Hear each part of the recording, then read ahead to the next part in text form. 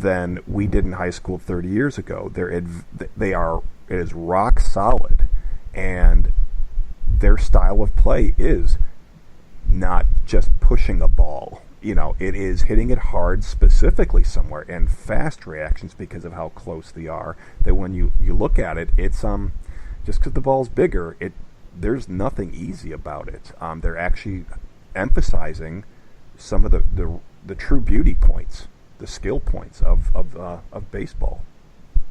Yeah, I think, for us in the hockey world, one of the things that, I love hockey, whether, men's hockey, women's hockey, two very different games, but two games you have to love. And I think with SheIS, it's one of the things that we are making sure that it's very clear to us. This isn't about excluding the men. It's about including the men definitely into helping us recognize that they too can grow our game and help us by, going to a game, or, a star player coming in and sitting down in the middle of our game and using his social media. So I think it's very important, for your listeners and for a lot of people to understand is just that SheIS isn't about, supporting just women and not men. It's about growing the women's game and getting the men to help us grow that game, because every man usually has a father, a mother, a sister, or an aunt who plays a sport. And they very much so from, 20 years ago when it wasn't heard of, most places you go in now, there's just as many men and fathers that are behind the bench and supporting. So I think SheIS is very inclusive for us, and very much, and Katie, you might want to speak on this also, but it's very much inclusive for us to ensure that men and women are helping us grow this game.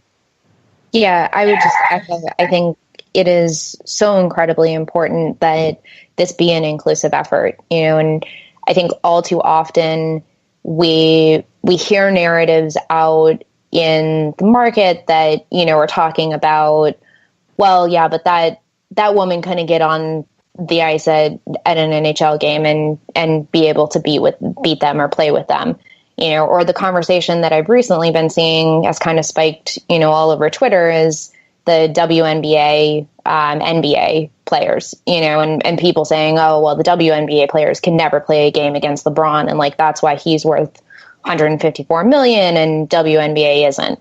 And the reality is that it's not about whether or not the women can get on the court and play or get on the field or the ice or whatever and play with the men.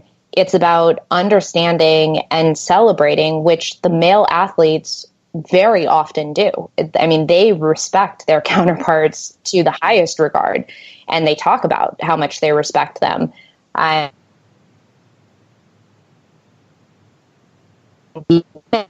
Because they are bringing this incredible talent within their own class and their own game.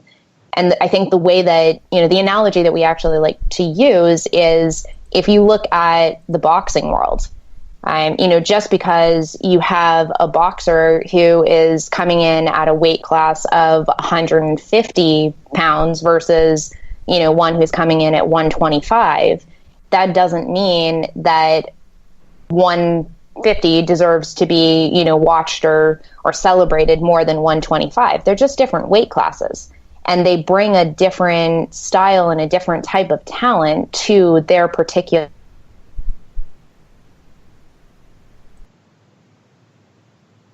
They're bringing a real particular type of style and talent and skill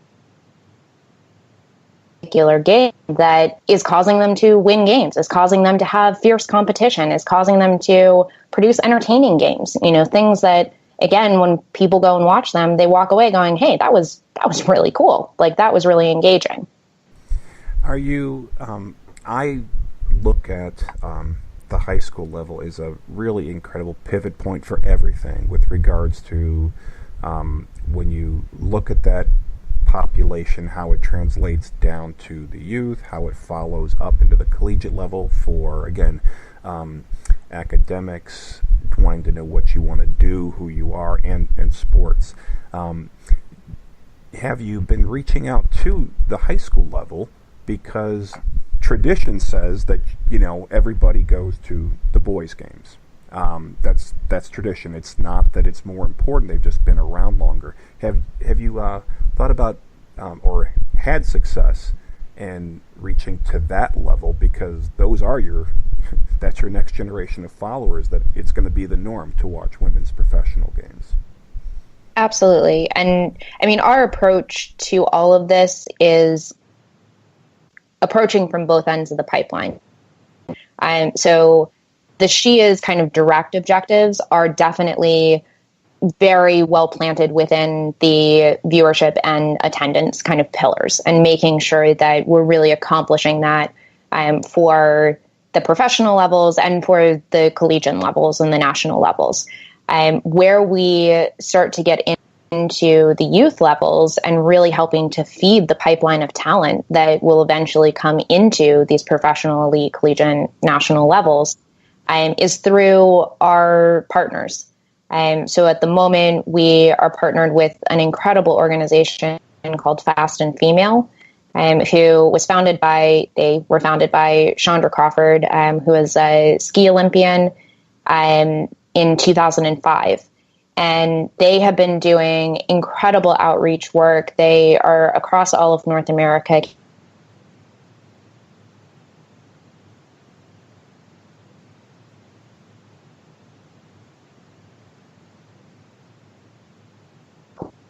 Yeah, I think she's still gone. Am I there? Yeah, we lost you there for a couple of seconds. Oh no. Yes. Yes.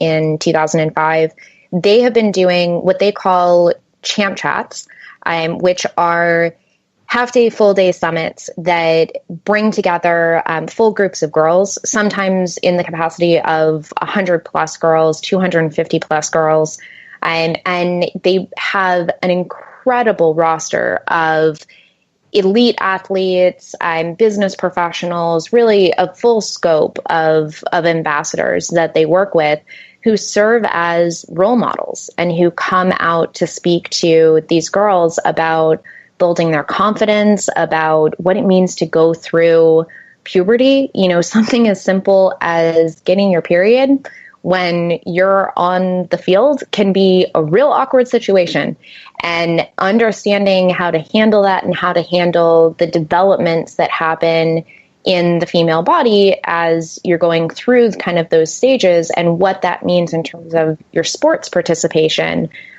is really important. And those are really important conversations to have.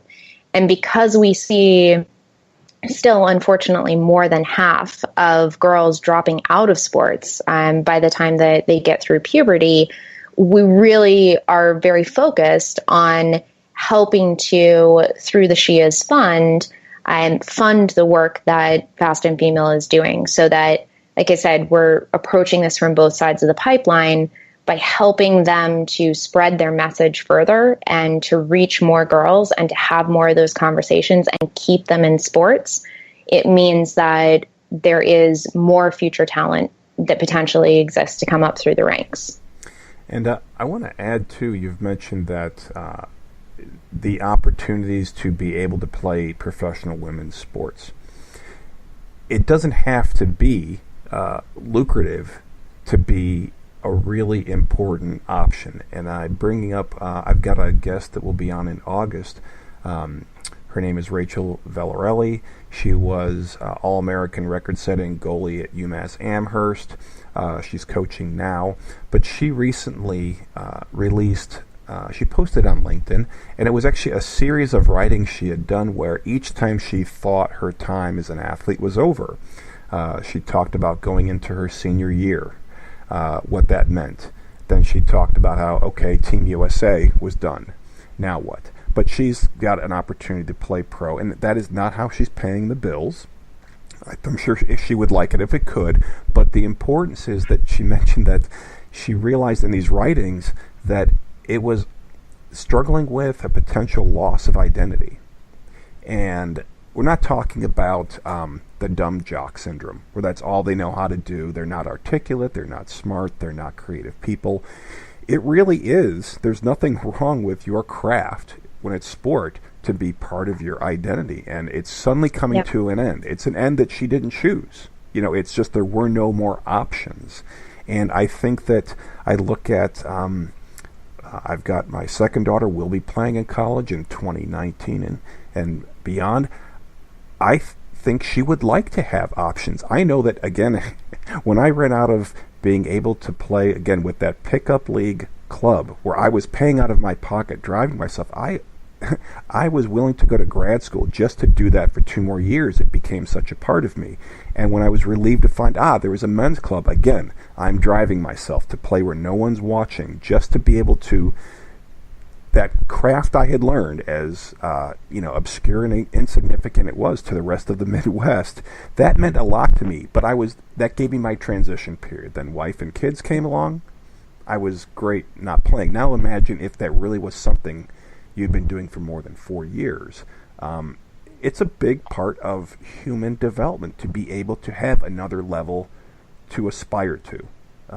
And I think that is something that will really be important to the next generation of current teenagers right now. I think, Dave, the important part of that also is that when you're 13 and 14 years of age, where stat says that, you're dropping out of sports at that young age as a woman, the factor is that a lot of people do look at that and say, I have no place to go. And what she is also trying to create, and all the leagues out there together, and Fast and Female and so many other organizations, is to provide young girls the opportunity to know you can be a professional not only on the field or on the ice, but off the field and off the ice. You can become a commissioner, you can become a coach, you can become a director of operations.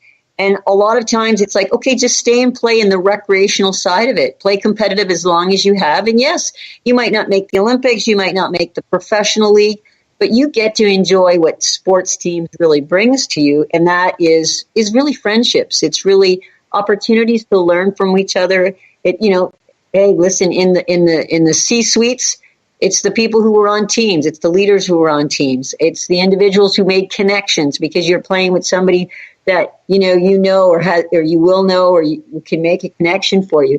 I said the importance for us when we talk about creating leaders, it's not just playing the game, it's actually operating and running the game and getting young girls to say, I'm not going to quit at the age of 13 a sport. I want to stay in it.